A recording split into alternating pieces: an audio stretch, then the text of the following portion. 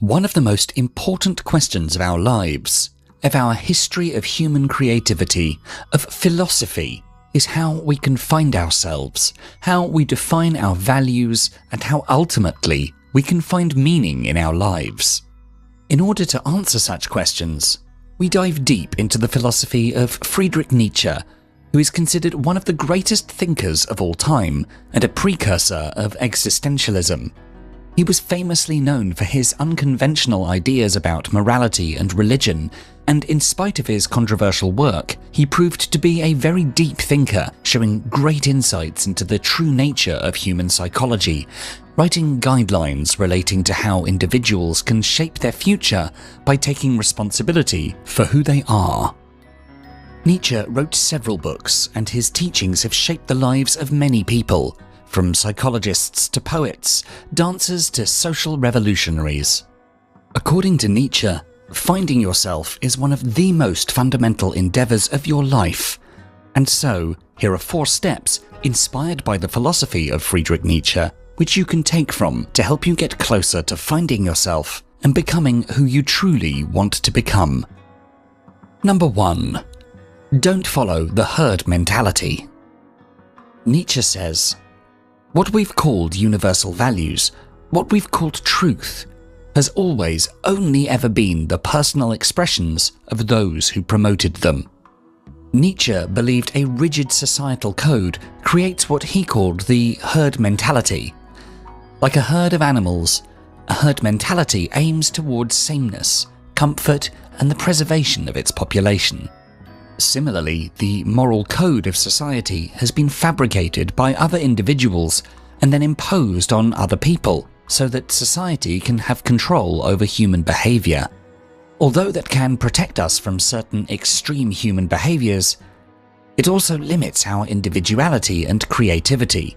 Not only that, but the strict dogmatic judgment of human behavior can even make some individuals more rebellious, resulting in extreme antisocial attitudes and, even worse, actions. If these dictatorial boundaries and rules become tyrannical and unreasonably harsh, the rebellious response can often be equally harsh. If the moral code of society is flexible enough, then the people who have opposing views don't have to be particularly forceful to make the change that they want to see in the world. In real life, more often than not, it's the case that morality is preached in a very strict way.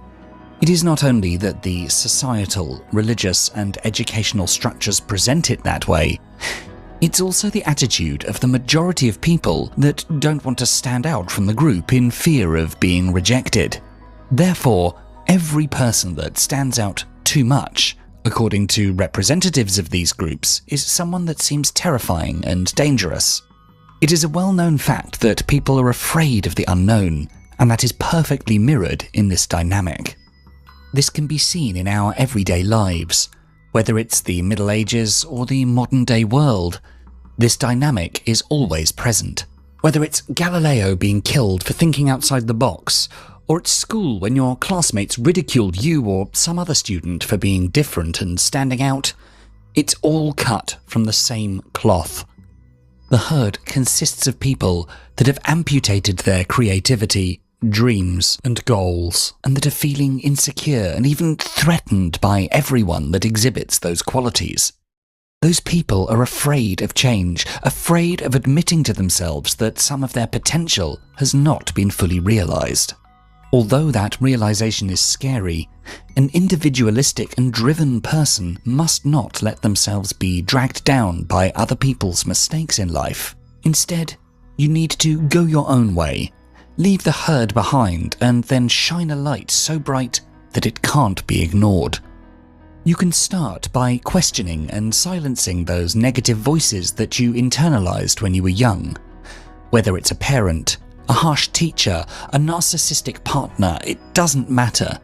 Whoever told you that you can't do things that you'd want to probably told you that because they were afraid of your success, because it would expose everything that's bad about them. So they wanted to limit your individuality and pull you back into the herd. Also, being strong-minded and courageous helps you withstand the frightening feeling of stepping out of your comfort zone, since it's an integral part of becoming who you really are. Number 2.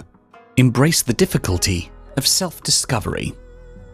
In the words of Nietzsche, no price is too high to pay for the privilege of owning yourself. Our instinctive and intuitive reaction is to evade all pain and suffering. The technology and the easiness of achieving everything has made us ungrateful, and we've forgotten that suffering is an integral part of life. However, according to Nietzsche, it's only when we're willing to face the challenges of life that we are spiritually growing. In 1873, when he was 29 years old, Nietzsche addressed this fundamental question of how we find ourselves in a beautiful essay titled Schopenhauer as Educator.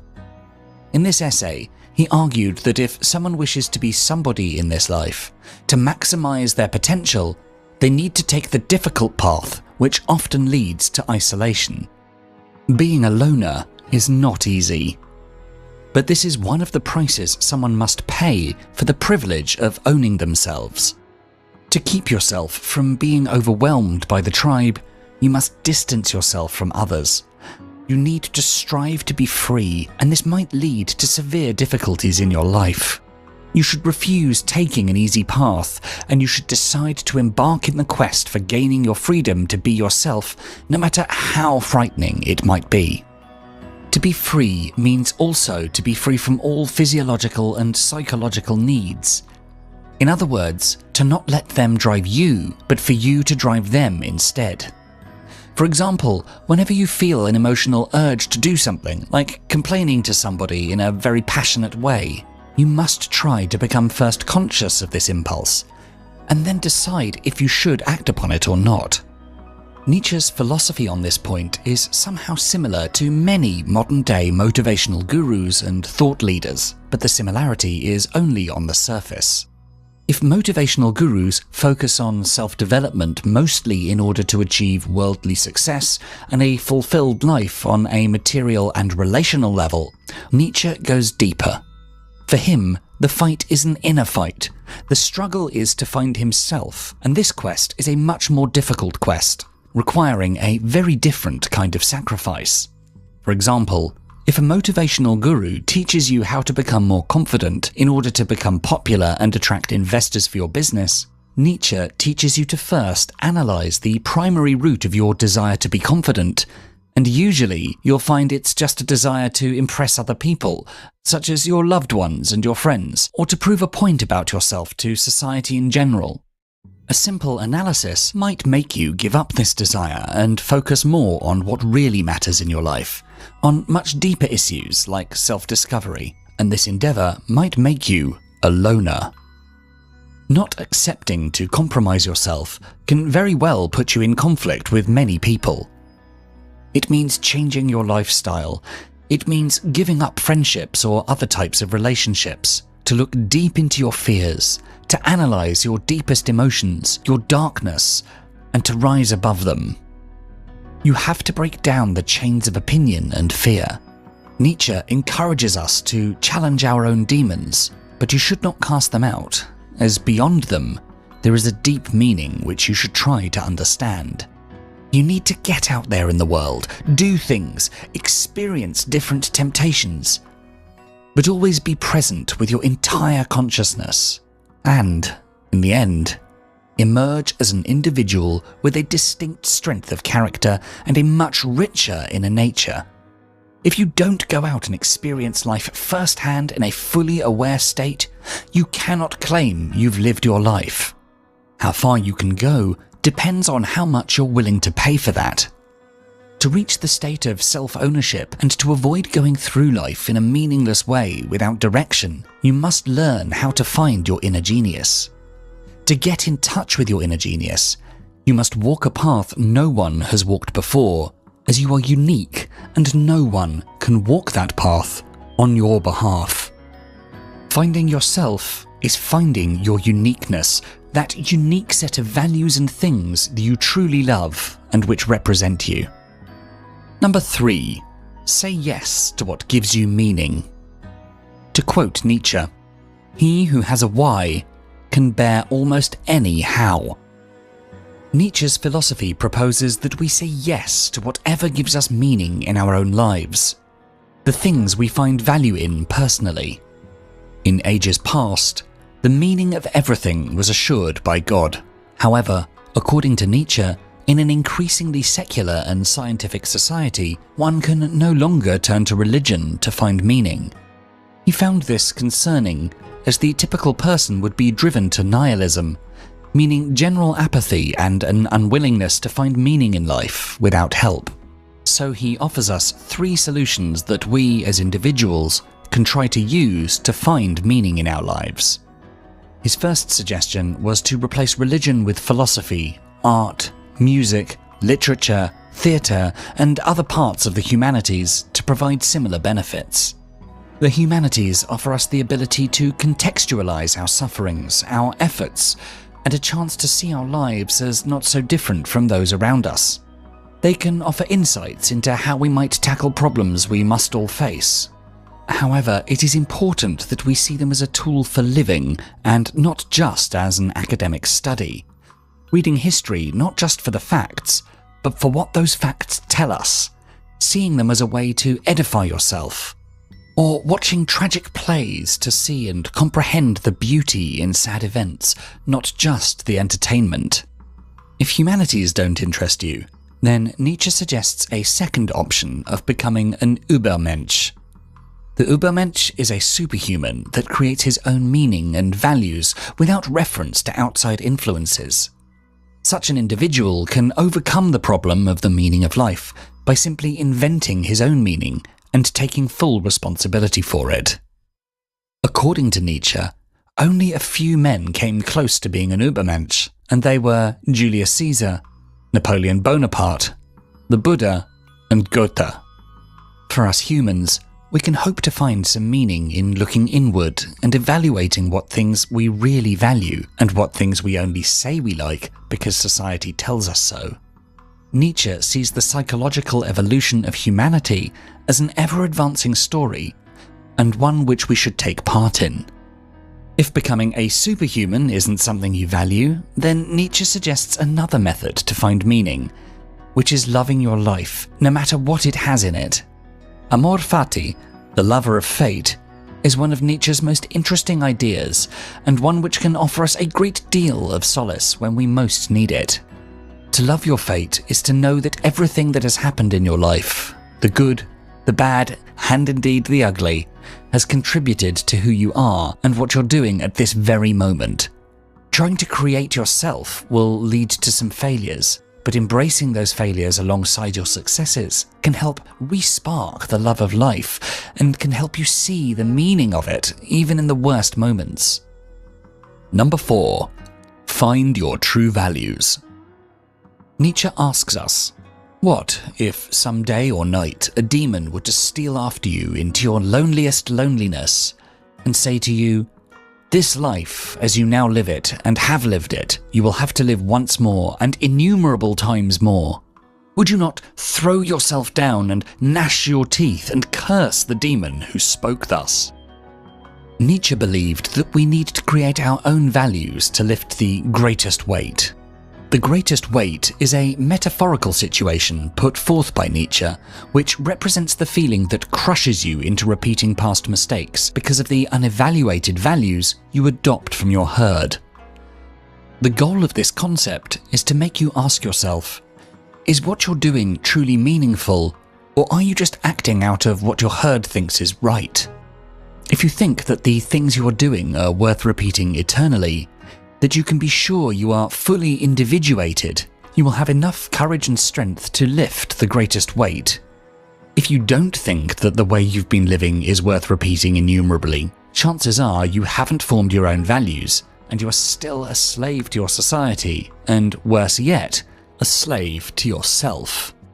If you find yourself repeating the same mistakes you always have, and are left feeling crushed, chances are you haven't re-evaluated the morals imposed on you by your herd. Thus, you are not a fully developed individual yet. Once you reevaluate your moral landscape, only then the greatest weight can be lifted. How many times have you found yourself turning a blind eye to someone gaslighting you just because you didn't want to confront the person? How many times have you heard your friend or yourself saying, "I always end up in a relationship with the identical person with identical problems"? If you were your own, with your own set of morals, you wouldn't find yourself staying in toxic relationships just because it's the right thing to do. You'd know that it's just you trying to be a good person by society's standards, and that's not worth it.